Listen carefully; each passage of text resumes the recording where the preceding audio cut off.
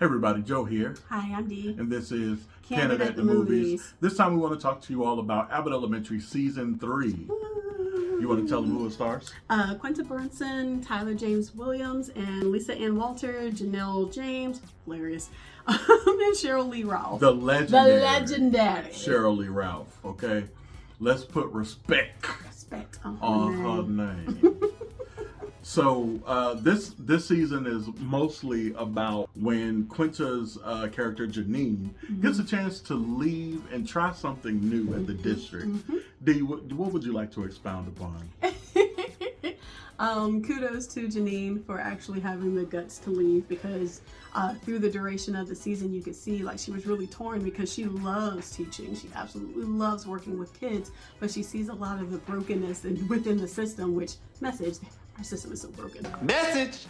So she decides to take a more leadership role with the district to be able to kind of implement those changes. What was heartbreaking for me was the changes she implemented were great and wonderful, but they weren't sustainable in the grand scheme of things. Well, one was. The library one was. The library one was, but that was the only one. Like, she had to fight super hard. Spoiler alert, she had to fight super hard to get a translator for a deaf student. And trying to do it in the correct way. In the confines of the district ruls and regulations. It was impossible to do it that way. So she had to She had to threaten a scandal, like to tell the parents to go, talk to the police, or talk to the police, talk to the press. No, the press. Go above the school district, talk to the press. Yeah. Because the school district doesn't want any type of bad press. Yeah. And Janine and Gregory, this has just been the longest slow burn ever. Like the will they, won't they. What I will say is that they've had great chemistry for these past 3 seasons. And so it's like, it got to a point where it was like, okay, y'all, will they, won't they? Will they, won't they? Manny, the character of Manny, kudos to you, but I also don't like you, because how dare you? He has a wonderful beard, though.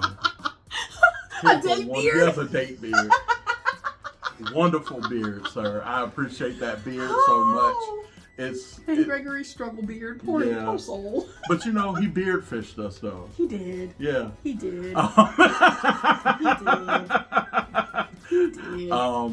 So my 2 favorite characters, Ava and Mr. Johnson, are still my favorites. Thank you for writing them like that. Also, I want to give you a big shout out for the Mother's Day episode. Yes. For those of us who don't have our mother with us, the Mother's Day episodes in most sitcoms are normally about loving and finding, yourself with your mother and being honored and all that stuff. But for those of us who don't have our moms, it's normally a hard day, and everybody tries to give us a hard time about it.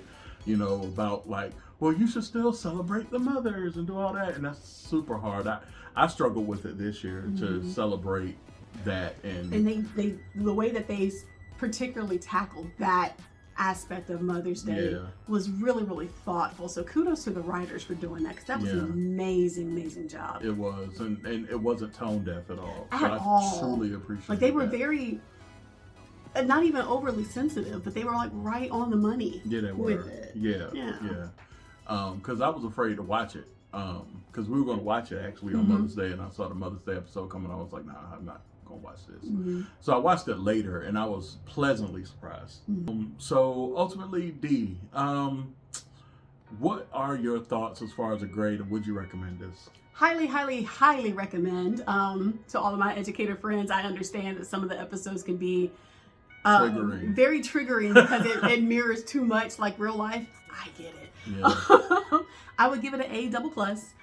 It's highly worth the watch. The antics that they get up to. I like the way that they do the interrelationships of the teachers and Mr. Johnson and the principal or whatnot, but they also are shining a light again on how broken the educational system is in each and every single episode. I would have to give it an A+. I think that it was really good this season. I was frustrated with the whole romance, will they, won't they, because I'm like, bruh, it's been a slow burn. Just do it already. Just do it. God, like, y'all getting on my nerves. Stop making everything so complicated. But it does not have to be complicated. But they've coded Gregory as someone who is neurodiverse, and so even that aspect of I'm to the audience, he's overthinking it, but it's his thought process playing out. like I appreciated that nod. I understand. It's still. Yeah. As someone who admittedly has mental health issues, I don't give people excuses for the way. I just don't. I feel like, and that's not even a thing when it comes down to people who are disabled or whether you were born that way or became that way. I feel like it's a choice to push forward. Mm-hmm. It's a choice to take a chance on love, and yeah. So take your chance.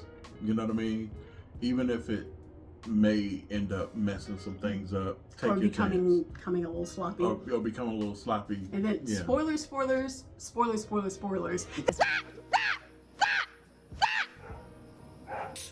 You have been warned. They finally got together! I did not tell her to do that. And that's why I put all the spoilers in there so they can, editor, you can fix this. Anyway, I've been Joe. I've been Dee. And this is Candid at the Movies. Please click that like, share, and subscribe, as well as hit that notification bell. Y'all take care and have a fantastic day. Bye. Bye.